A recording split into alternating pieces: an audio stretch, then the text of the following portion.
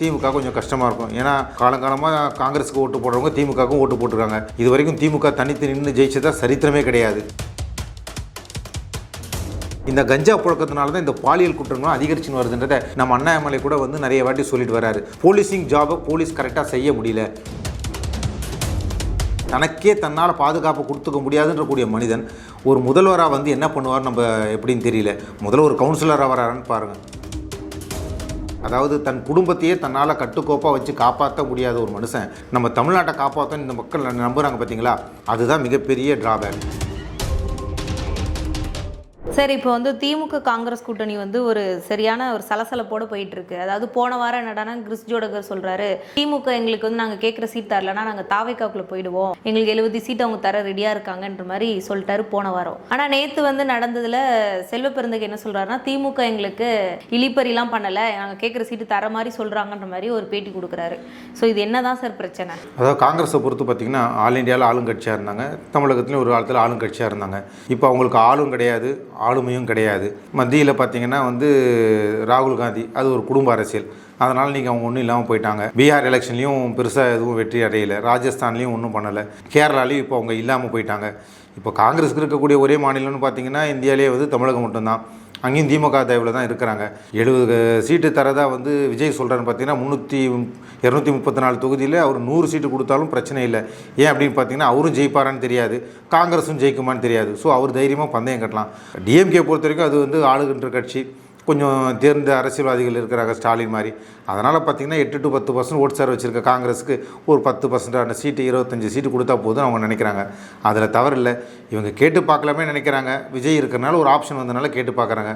மற்றபடி பார்த்திங்கன்னா காங்கிரஸுக்கு 25 சீட்டு கொடுக்குறது அதிகம்னு தான் நான் நினைக்கிறேன். தாவேக்கா கூட்டணியில் காங்கிரஸை கொண்டு போனாங்கன்னா அதிமுகவுக்கு வெற்றி பிரகாசமாக இருக்கும், திமுக கொஞ்சம் கஷ்டமாக இருக்கும். ஏன்னா காலங்காலமாக காங்கிரஸுக்கு ஓட்டு போடுறவங்க திமுகவுக்கும் ஓட்டு போட்டுருக்காங்க. இது வரைக்கும் திமுக தனித்து நின்று ஜெயிச்சதா சரித்திரமே கிடையாது. ஸோ கூட்டணி பலத்தில் தான் அவங்க இருக்கிறாங்க. ஸோ அந்த சீட்டு கட்டில் ஒரு சீட்டு உருவினாலும் மொத்தம் போயிடும். ஸோ எனக்கு பொறுத்த வரைக்கும் செல்வ பெருந்தகை போன்றவங்களாம் திமுக விட்டு போகிறதுக்கு விரும்ப மாட்டாங்க. ப. சிதம்பரம் விரும்ப மாட்டார். ஏன்னா திமுக தயவில் தான் நிறைய முறை அவர் மத்திய அமைச்சராகவே இருந்திருக்காரு. அதனால் மத்தியில் கூட்டாட்சி, மாநிலத்தை சுயாட்சின்னு சொல்லிட்டு இருக்கிறாங்க.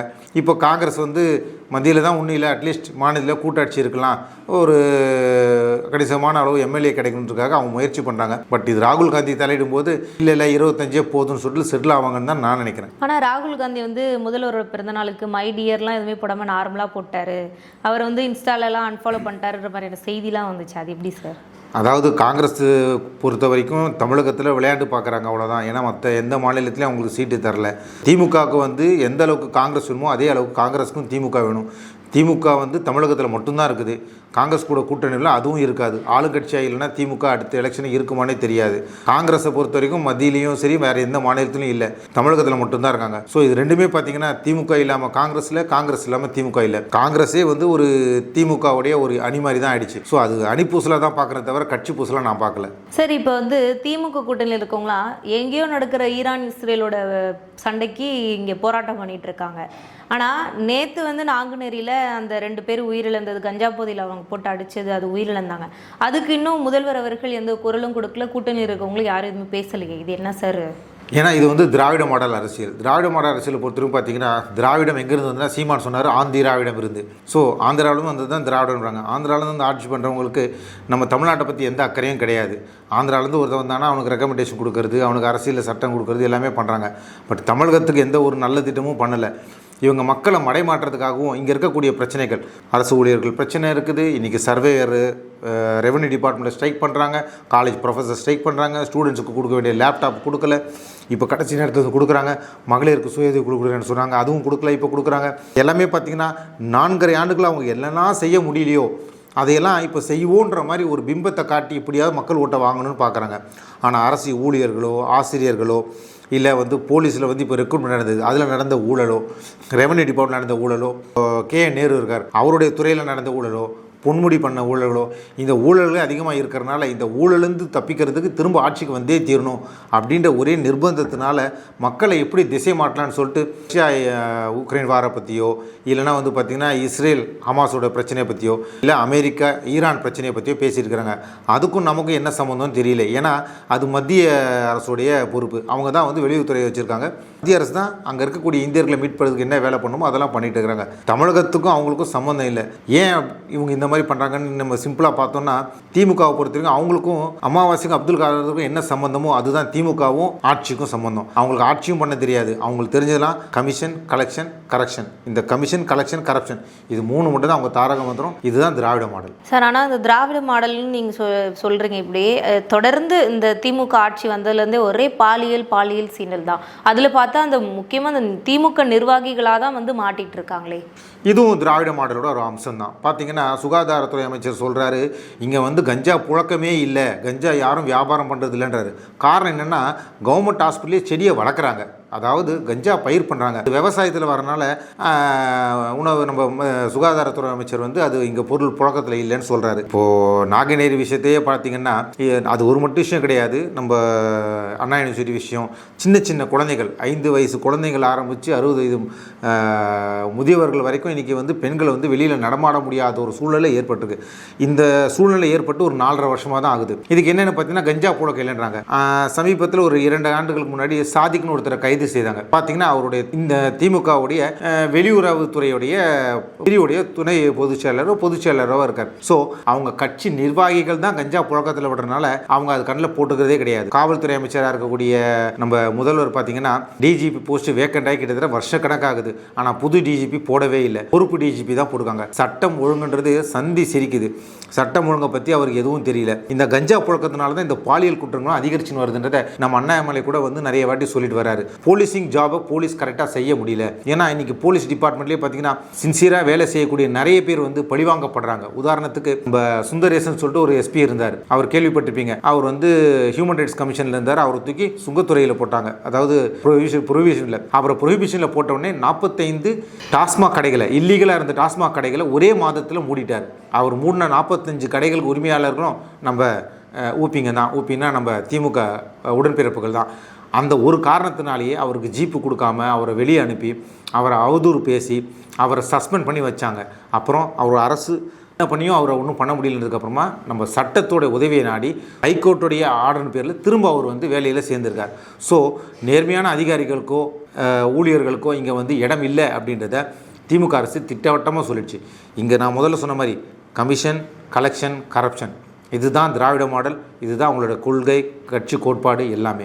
ஸோ எப்போ அவங்க கமிஷனும் கலெக்ஷனும் வாங்கிட்டு கரப்ஷன் அதிகமாக பண்ணுறாங்களோ கஞ்சா புழக்கமும் அதிகமாக தான் இருக்கும்.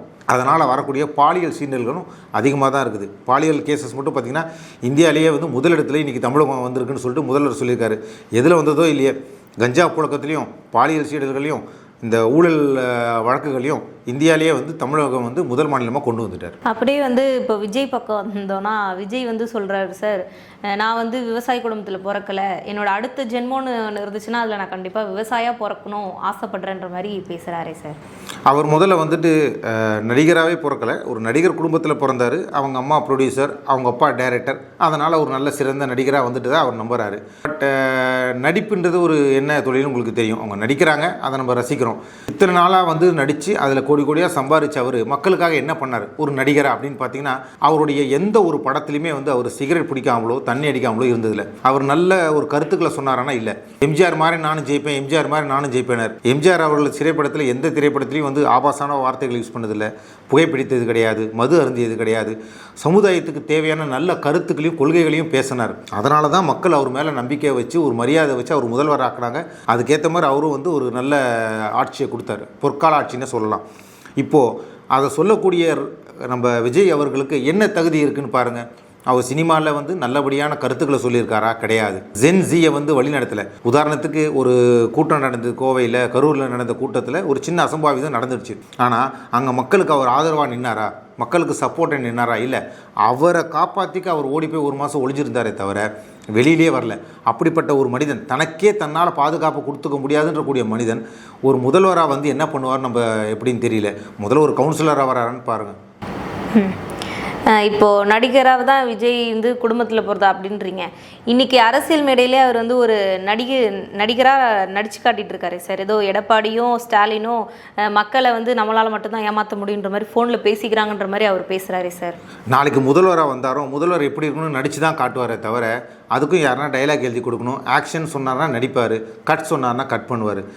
தெரிந்த தொழிலை விட்டவனு கேட்டான், தெரியாத தொழிலை தொட்டவனு கேட்டான். அவருக்கு தெரிஞ்ச தொழில் நடிப்பு, அந்த தொழிலே அவர் தொடரலாம். அரசியல் அவருக்கு தெரியாது. அரிசுவடியே தெரியாத ஒருத்தர் அரசியலுக்கு வந்து என்ன பண்ணுவாருன்னு தெரியல. இங்கே இருக்கக்கூடிய அரசியல்வாதிகளில் வந்து நம்ம முதல்வர் மு க ஸ்டாலினாக இருக்கட்டும், எடப்பாடி அவர்களாக இருக்கட்டும், அண்ணாமலையாக இருக்கட்டும், இவங்கெல்லாம் வந்துட்டு பல காலங்கள் பொதுமக்களுக்காக நிறைய தொண்டுகளை பண்ணி மக்களோட மக்களாக இருந்து அவங்களோட கஷ்ட நஷ்டங்களை தெரிஞ்சுக்கிட்டு தான் அரசியலுக்கு வந்திருக்காங்க. ஆனால் விஜய் இது வரைக்கும் சாமானிய மக்களோட பழகிருக்காரான்னு தெரியாது. அவர் வீட்டு காம்பவுண்ட் சேவரே பார்த்தீங்கன்னா 20 அடியில் இருக்கும். ரசிகர்களை பார்த்து கையை சேர்க்கிறாரு. அவர் வந்து ஒரு ரசிகர் மன்ற தலைவராக இருக்கலாமே தவிர மற்ற அரசியலுக்கு அவர் தகுதி இல்லாதவர் தான் நான் நினைக்கிறேன். அவருக்கு அந்த தகுதி எதுவும் கிடையாது சார். அவர் வந்து முதல் மாநாட்டில் வந்து என்ன சொன்னார், பெண்களை மதிக்கணும், நம்ம யாரையும் இழிவாலாம் பேசக்கூடாது சொன்னார். ஆனால் இப்போ சமீபத்தில் அவங்களோட சங்கீதா விஜயோட விவகாரத்து கேஸில் வந்து நிறைய சங்கீதாவை பற்றிலாம் தப்பான கமெண்ட்ஸ்லாம் பண்ணிட்டு இருந்தாங்களே அவங்களோட ரசிகர்களே.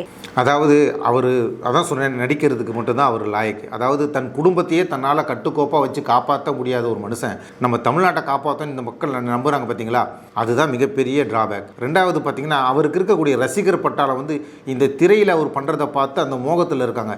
திரைக்கும் நிஜ வாழ்க்கைக்கும் நிறைய வித்தியாசம் இருக்குது. சினிமானால் வந்து நம்ம அப்படி ஆகிடுவோம் இப்படி ஆகிடுவோம் மக்கள் நம்பி நிறைய ஏமாந்துருக்கிறாங்க. அதே போதையில் போகிறனால தான் இப்படி போகிறாங்க. அவரால் வந்து தன் குடும்பத்தை காப்பாற்ற முடியல. அவர் இந்த அளவுக்கு வந்ததுக்கு காரணம் அவர் தாய் தந்தையர் தான். அவங்களே அவர் மதிக்கிறது இல்லை. பெண்களுக்கு மரியாதை கொடுப்பேன் அதை கொடுப்பேன்னு சொல்லிட்டு அவர் கட்சியில் பேசுகிறாரு. ஆனால் திரை உலகில் அவரை பற்றி கேட்டிங்கன்னா அவர் என்னென்ன பண்ணிடுறாரு, யாரை பண்ணார், எப்படிலாம் வந்து அவர் தவறுதலாக நடந்திருக்காரு அப்படின்றது எல்லாருக்குமே தெரிஞ்ச விஷயம் தான். இது ஒன்றும் வைக்கப்பட்ட விஷயம் இல்லை, எல்லாருக்குமே தெரிஞ்ச விஷயம் தான். அப்படிப்பட்ட தன்னொழுக்கம், அதாவது தனிமனித ஒழுக்கம் இல்லாத ஒருத்தர் நம்மளை தலைமை தாங்க வரான், அதை நம்ம ஏற்றுக்கிறோன்னா அது வந்து மக்கள் கையிலே விட்டுறேன் நான். சரி சார், நிறைய கருத்துக்களை பகிர்ந்ததுக்கு நன்றி சார். நன்றி, வணக்கம்.